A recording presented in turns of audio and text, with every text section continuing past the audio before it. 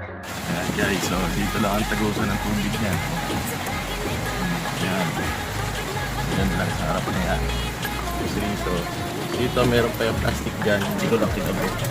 So, medyo okay na naman. Parang overkill na masyado. Overpower na. Ayan. Tapos, para makabili na ako ng bracket para sa leg. Ayan, o diba?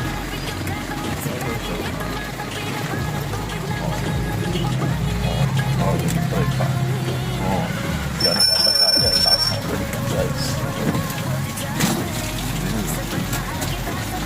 Nakabili ko lahat din dyan. Okay. Eto, dito pumapasok ang tubig. Ayan, mga anggi-anggi lang.